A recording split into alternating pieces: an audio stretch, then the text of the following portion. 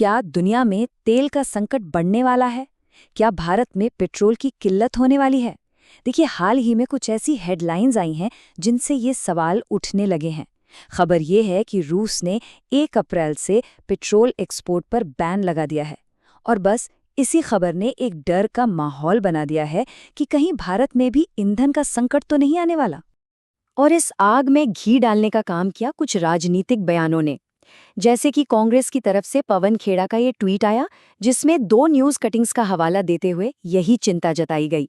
इसके बाद तो आम लोगों के मन में ये सवाल और भी गहरा हो गया कि भाई चल क्या रहा है। तो सबसे बड़ा सवाल यही उठता है, क्या वाकई देश में पेट्रोल खत्म होने वाला है और हमें पेट्रोल पंपों पर लंबी लंबी लाइनों में लगना पड़ेगा? चलिए आज की इस पड़ताल में इसी डर की सच्चाई को थोड़ा कुरेदते हैं। तो देखिए, सारी चिंता की जड़ है ये एक खबर कि रूस 1 अप्रैल से किसी भी देश को पेट्रोल नहीं बेचेगा। उनके उप प्रधानमंत्री ने इस प्रस्ताव को तैयार करने के लिए कहा और जैसे ही ये बात बाहर आई, दुनिया भर में एक टेंशन की लहर दौड़ गई।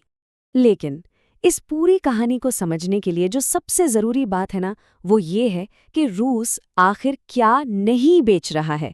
सारा खेल इसी एक शब्द में छिपा है। चलिए इसको एक बहुत ही आसान से उदाहरण से समझते हैं। दूध और मक्खन। रूस ने जो बैन लगाया है वो मक्खन पर लगाया है, यानी कि तैयार पेट्रोल पर, दूध पर नहीं, यानी कच्चे तेल पर, जिसे हम क्रूड ऑयल कहते हैं। और भारत रूस से खरीदता है दूध, यानी कच्चा तेल। फिर उसे हम अपनी रिफाइनरियों में लाकर उसका मक्खन यानी पेट्रोल, डीजल वगैरह बनाते हैं। रूस ने मक्खन का एक्सपोर्ट अपनी घरेलू जरूरतों को पूरा करने के लिए रोका है, लेकिन दूध की सप्लाई यानी कच्चे तेल की सप्लाई पर कोई रोक नहीं लगाई है। और ये देखिए, जब 1 बैरल कच्चा तेल रिफाइन होता है तो उससे सिर्फ पेट्रोल ही नहीं बनता, उससे डीजल भी बनता है, जेट फ्यूल भी, एलपीजी भी और कई दूसरी चीजें भी निकलती हैं। भारत कच्चा तेल इंपोर्ट करके ये सब कुछ खुद ही बना लेता है। तो असल में हम तैयार पेट्रोल के लिए रूस पर निर्भर हैं ही नहीं। तो अब देखते हैं कि भारत की असली तस्वीर क्या है और हम अपना ईंधन खुद रिफाइन क्यों करते हैं। सच तो ये है कि भारत रिफाइनिंग कैपेसिटी के मामले में दुनिया के टॉप 5 देशों में से एक है। हम कच्चा तेल यानी रॉ मटेरियल मंगाते हैं, बना बनाया पेट्रोल नहीं। हमारी अपनी रिफाइनरियां हर रोज लगभग 56 लाख बैरल कच्चे तेल को प्रोसेस करती हैं, जो हमारी घरेलू मांग को पूरा करने के लिए काफी है। मतलब हमारे पास बनाने की क्षमता में कोई कमी नहीं है। ठीक है, ये बात तो समझ आ गई कि हम अपना पेट्रोल खुद बनाते हैं, पर एक और सवाल मन में आता है, अगर कच्चा तेल ही महंगा हो गया तो क्या पेट्रोल के दाम आसमान नहीं छूने लगेंगे?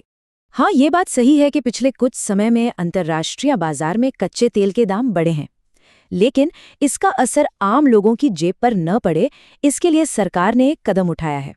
सरकार ने अपना ही टैक्स, जिसे एक्साइज ड्यूटी कहते हैं, उसमें करीब 10 रुपये प्रति लीटर की कटौती की है।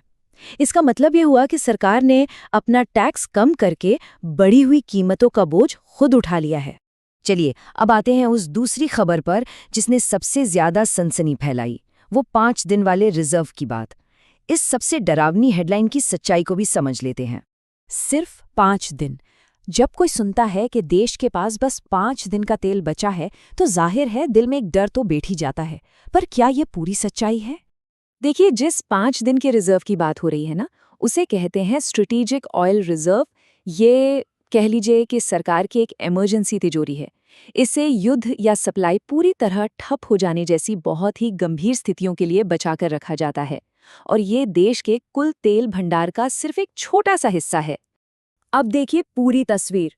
वो जो इमरजेंसी वाला सरकारी भंडार है वो तो है 5 से 10 दिन का, लेकिन जो हमारी तेल कंपनियां हैं उनके पास अपना स्टॉक होता है जिसे कमर्शियल रिजर्व कहते हैं, और वो है करीब 65 दिनों का।